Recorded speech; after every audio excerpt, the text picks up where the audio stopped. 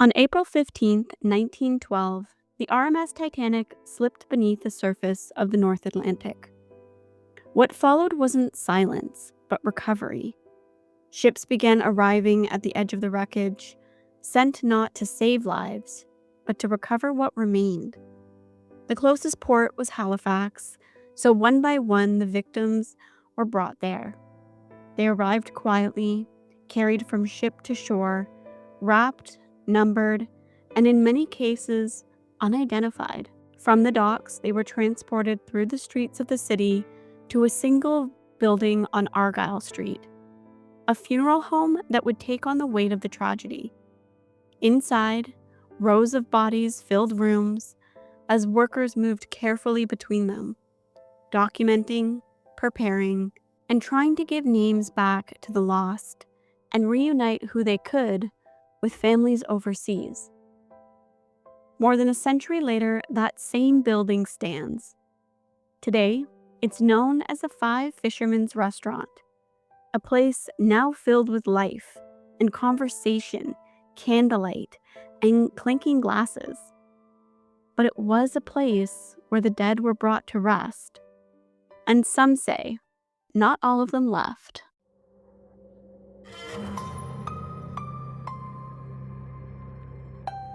Some stories blur the line between reality and the unfamiliar.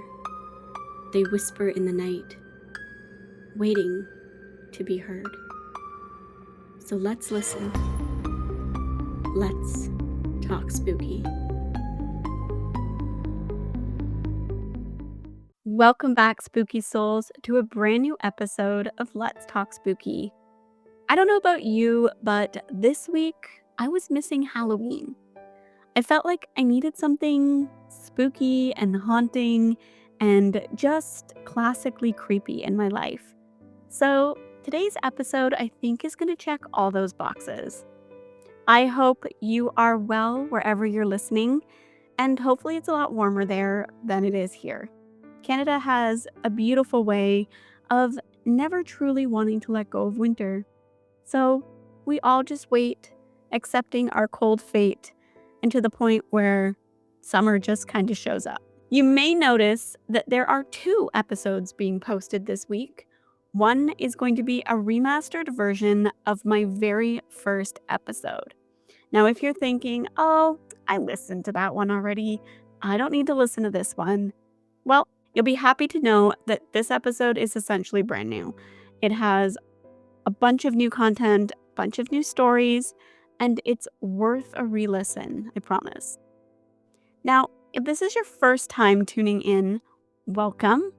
Here at Let's Talk Spooky, we dive into stories that linger in the quiet corners of the world and our minds, and try to uncover all things that go bump in the night.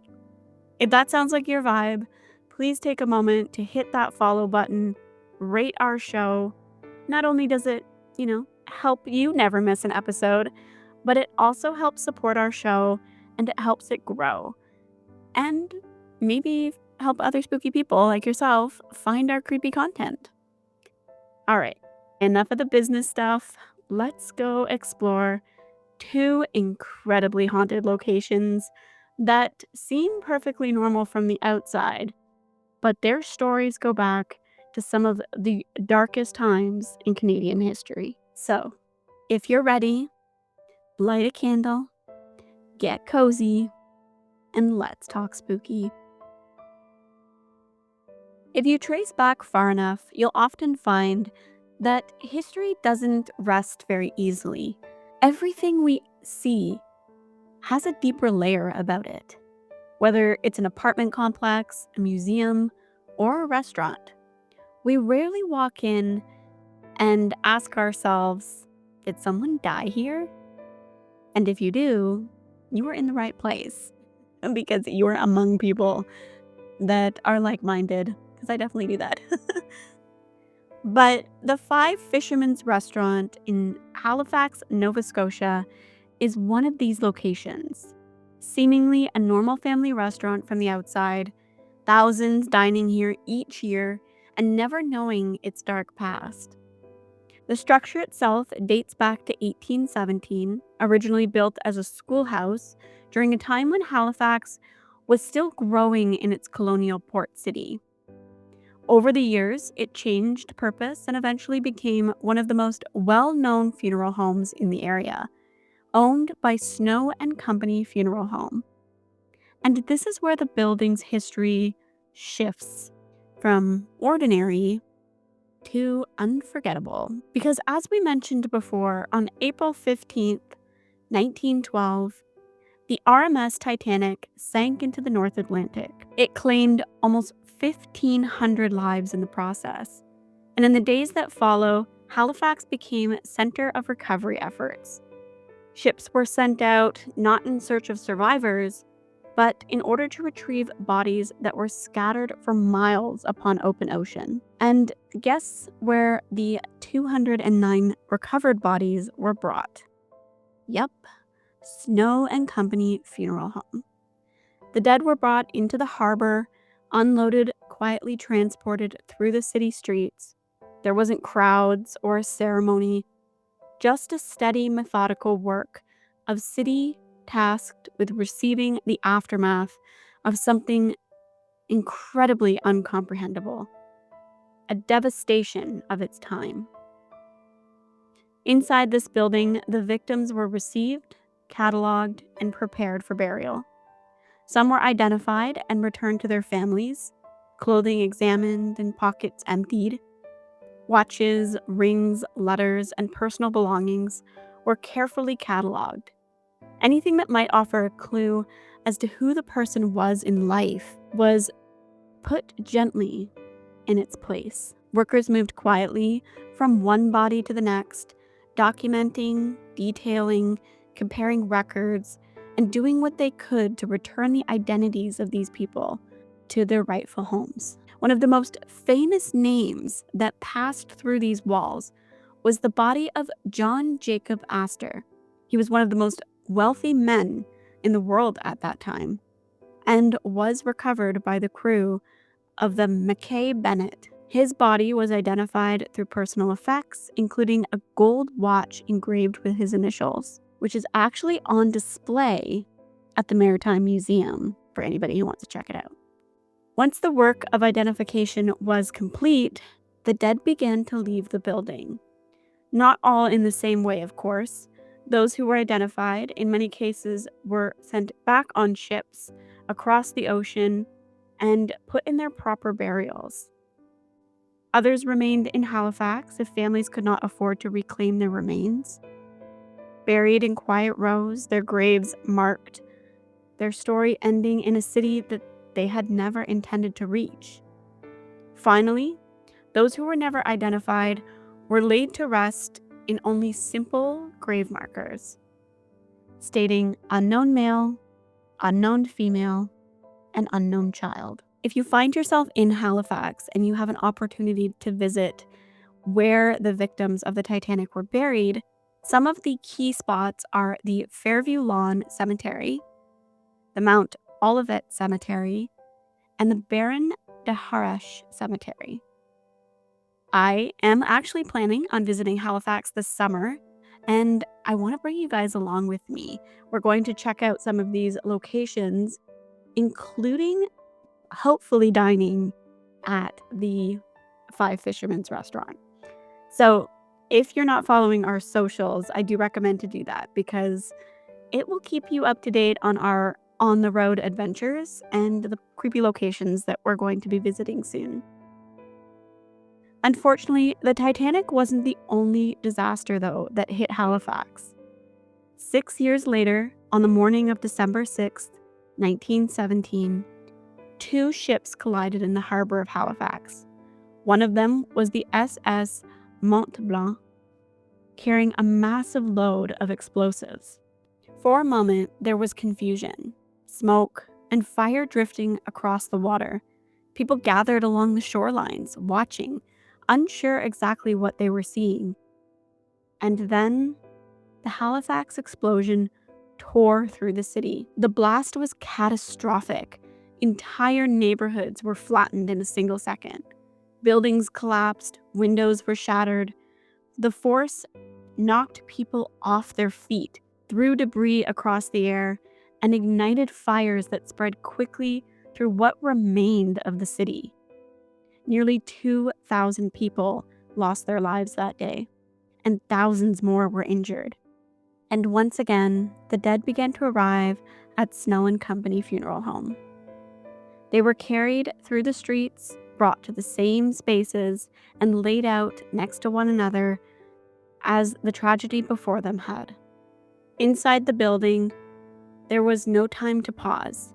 The work had begun immediately. Bodies were received faster than they could be processed, and many were unrecognizable. Identification became so difficult and even sometimes impossible, and families were in chaos, searching desperately and moving from place to place in hopes of confirmation or closure to find their loved ones. The room filled quickly, and what had once been a place of careful individual mourning became something else entirely. There were accounts from that morning of people who saw it happen, who tried to describe something that was almost impossible to understand. One witness wrote in a local newspaper, I quote, "There was a sudden flash, followed by a roar that seemed to tear the sky apart." Another described glass flying inwards from every direction, cutting through homes and people alike. And in the moments that followed, I quote, "a single moment, whole streets were gone. Then, just for a second, there was complete silence. The kind of silence that only comes after everything was taken all at once. Then the chaos came. Workers moved through exhaustion, heavy air, and the silence broke all at once, only by movement, by quiet voices, by grief that had no space to settle. And for a second time in a few years, this building wasn't just a witness to tragedy. It was a house to it. And now, all these years later, those who walk through its doors to enjoy a well-cooked meal, to start their job, feel the same sense of heaviness. The building operates as a restaurant, busy, well-lit, and filled with the sounds of conversation. But staff, they report things. They report that the atmosphere has a tendency to shift, especially once evening comes. And during the quieter hours, after service, where there's fewer people remaining in the restaurant, that's when many report experiences occurring. Several employees have described a recurring sensation of being watched, not consistently, and not in a way that draws immediate attention, but noticeable enough to interrupt a routine task. In some cases, staff have reported turning in response to these feelings, only to find that no one was present. Visual encounters have also been reported. Near the staircase, individuals have described seeing what appears to be a person standing only briefly within view. These figures are not clearly defined and do not remain long enough to be identified, but in each account, they seem to disappear without a corresponding sound. No footsteps, no doors slamming, no indication of where they had gone. Other reports do describe movement in unoccupied areas of the building, such as footsteps above them, and on occasion, staff have noted that someone seems to pass close behind them, despite working alone in a space. And then there's claims involving the exterior of the building. Figures have reportedly been seen moving past the second floor windows, areas where there is no accessible ledge or walkway. These sightings are typically brief and described as more shapes and silhouettes rather than detailed forms. But additional visual and auditory experiences, in some accounts, have involved physical interactions. One employee reported the feeling of something brushing against her face while she was working. The contact was described as distinct and deliberate, not air movement or accidental contact. And shortly after, there was a visible red mark that appeared on her cheek that seemed to resemble the outline of fingers. Other incidents are less direct, but frequently mentioned, objects being found out of place, the sounds of something falling without any visible cause, subtle shifts in environments that are difficult to explain, cold spots and such. Individually, these accounts obviously can be dismissed. But there is one story that I came across that I wanted to share because it just felt super creepy. Among the accounts shared by staff, this one particular incident shows that not all situations can be easily explained away. According to the report, an employee was working inside the restaurant during a quieter part of the evening when there was a sudden crash heard from another area of the room. The sound was distinct, sharp enough to interrupt whatever they were doing, and specific enough to suggest that something large had fallen.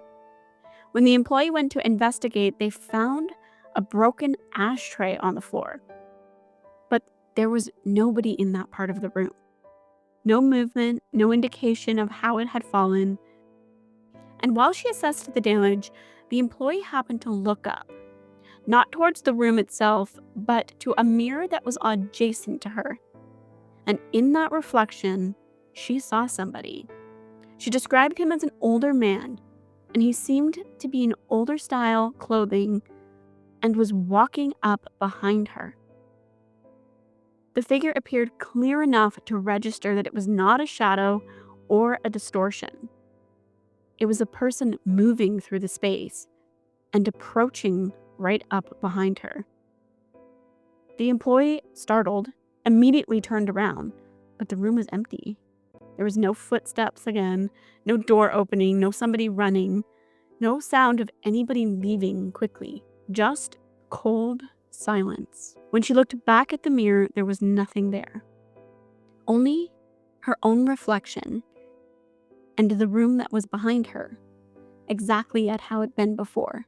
This incident wasn't accompanied by any further activity, no continued sightings or unexplained movements, just a brief moment that was very specific and impossible to confirm. And she said to this day, she won't walk into that room alone. And I don't blame her.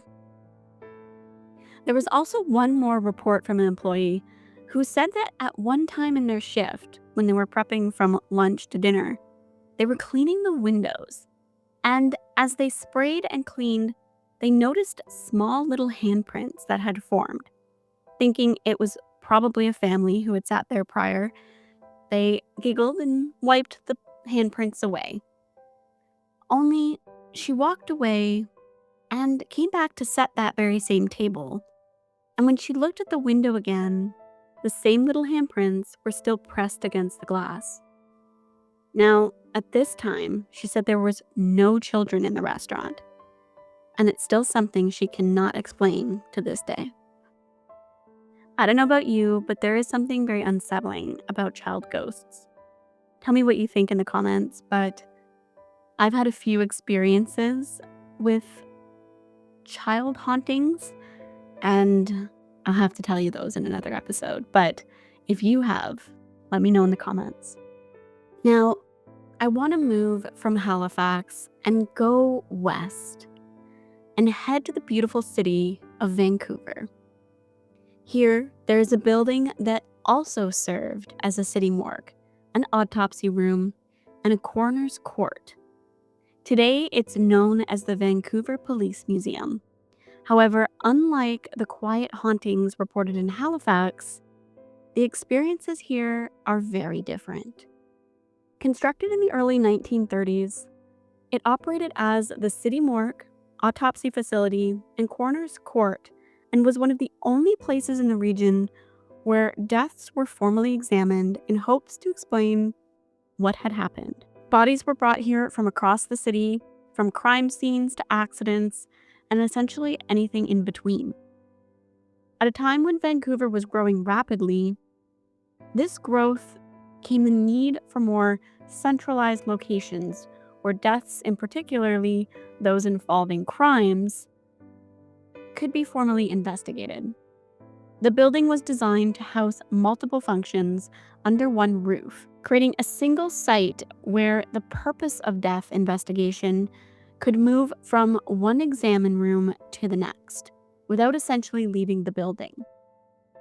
The facility operated under the authority of the city and provincial coroner system, with a medical examiner, law enforcement, and court officials all working within the same building.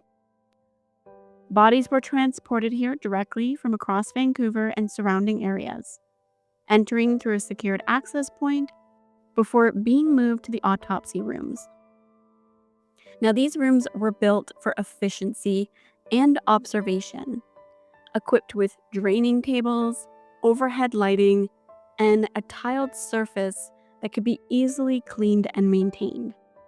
Essentially, picture your standard movie screen autopsy room, and that's essentially what it looked like. Every detail in this space reflected its purpose. It was not for mourning, but for analysis. Once examinations were complete, the findings were documented and, when necessary, presented to the adjoining courtroom, where inquests were held to determine the circumstances surrounding the death and whether or not legal action needed to be taken. These proceedings were often public and drew attention in cases that ranged from industrial accidents to violent crimes, and in some instances, death that could not be easily explained.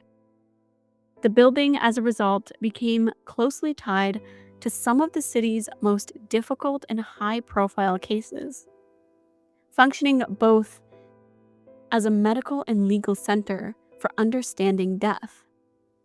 And for decades, this process continued with little change. Same rooms, same tables, and same pathways were used repeatedly, case after case. But unlike the building in Halifax, its design was not renovated or repurposed over time. It remains as it has from the very beginning of opening. Eventually, with advances in forensic science, of course, there was some changes to the infrastructure, and the relocation of some services needed to be done. But rather than demolish the building completely, they decided to do something that I think is fascinating.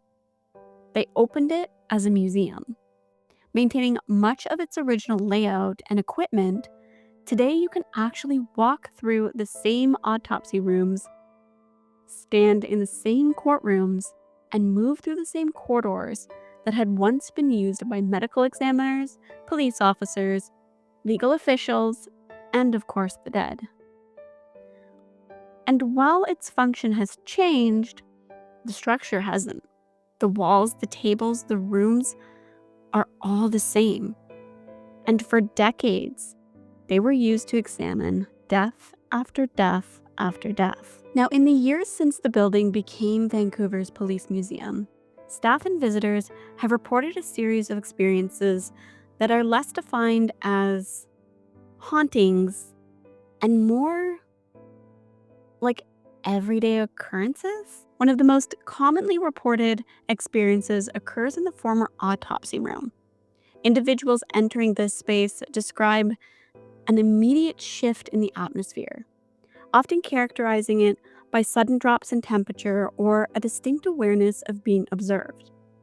The feeling isn't described as sudden or aggressive, rather just consistent. Something that becomes more noticeable the longer a person remains in the room.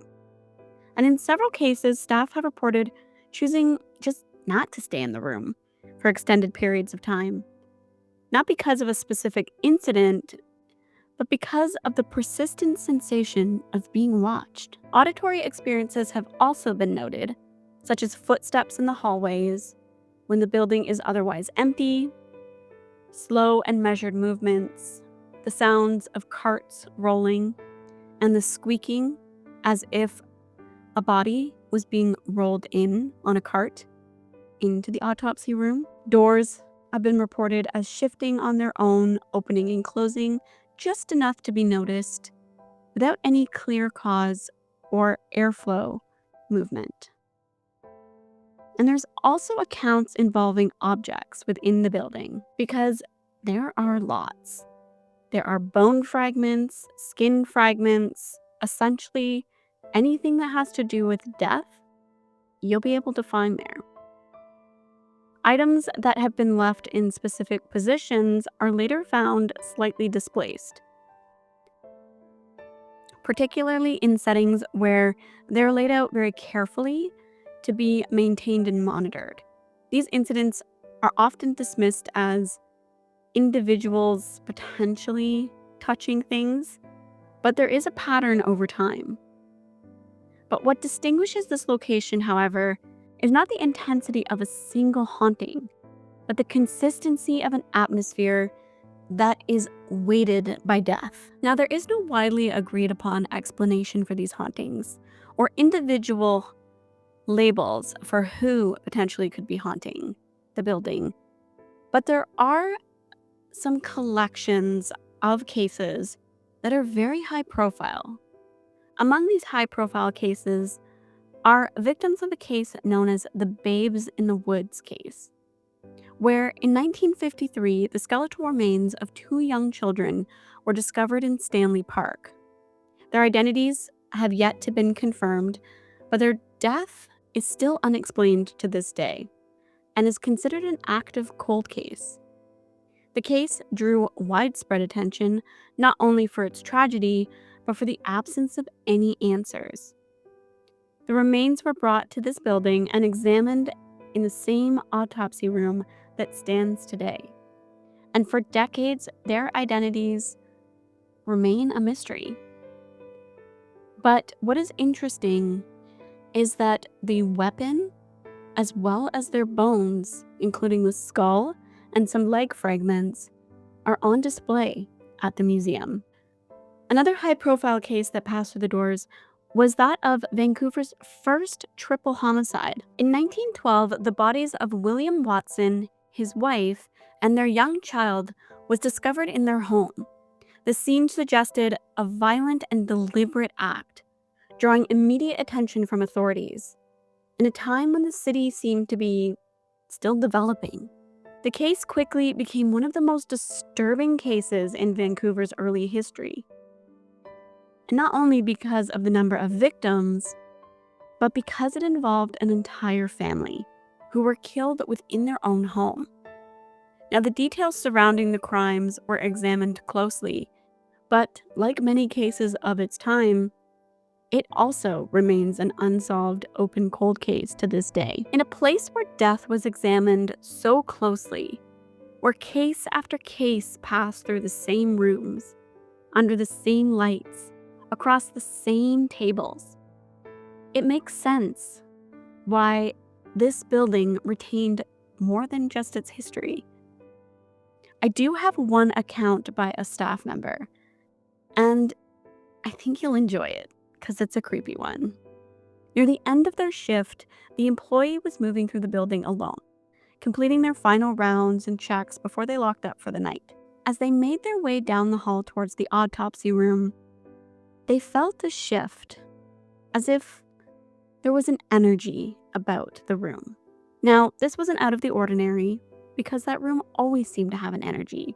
It always felt like you were being watched. But doing what they were supposed to do, they opened the door, did a quick check, looked inside. Everything was in its place. Now, closing the door behind them, they heard the door click shut, and they began to walk away. And this is where things got a bit strange. Suddenly, they heard what sounded like the squeak and bang of something inside the room shifting. The employee paused and said there was part of them that didn't want to go back. Because, we're all there, right? We would all kind of go, do I really want to look at what's happening? But as it was their job, they did. They walked back, unclicked the door, looked inside, and what they saw across the room was a wide open morgue fridge door that had not been opened prior. They made their way in the room. They slowly shut the door, looking around, said their goodnights, and left. Reportedly the next morning, however, that same door was said to be wide open for the next employee who opened. I don't know about you, but morgues just fascinate me. I always thought that if I didn't become a teacher or a writer or whatever I am at this point, that I would have been really interested in becoming either a mortician or a mortuary worker. That I would have probably become something that involved either the mortuary or autopsies or something to that effect. There is also one more fun fact that I wanted to share with you guys because you're my creepy community and I think you'd appreciate it. And if you live in the Vancouver area and you've done this or go do it after I mentioned this, please tell me how it was because I'm kind of sad I didn't know about this place while I was visiting there last year. But apparently in the wintertime, you can go and watch a movie in the autopsy room. It's Morgue movie nights that they host during the winter, and that just sounds like it's right up my alley. So if you've ever done one of those, or if you do, now that I've mentioned it, please send me how it was. Did you feel someone watching you the whole time? How was it? I just need to know. And that is all I have for you tonight. Thank you for taking the time to listen to our spooky stories. And if you have any spooky stories of your own, or any locations that you want us to cover, or themes that you want us to cover, please send us a note. Either comment below for this episode, check out our Instagram or TikTok, send me a DM, or email us at letstalkspookypodcast@gmail.com. So, until the next episode, stay curious and stay spooky.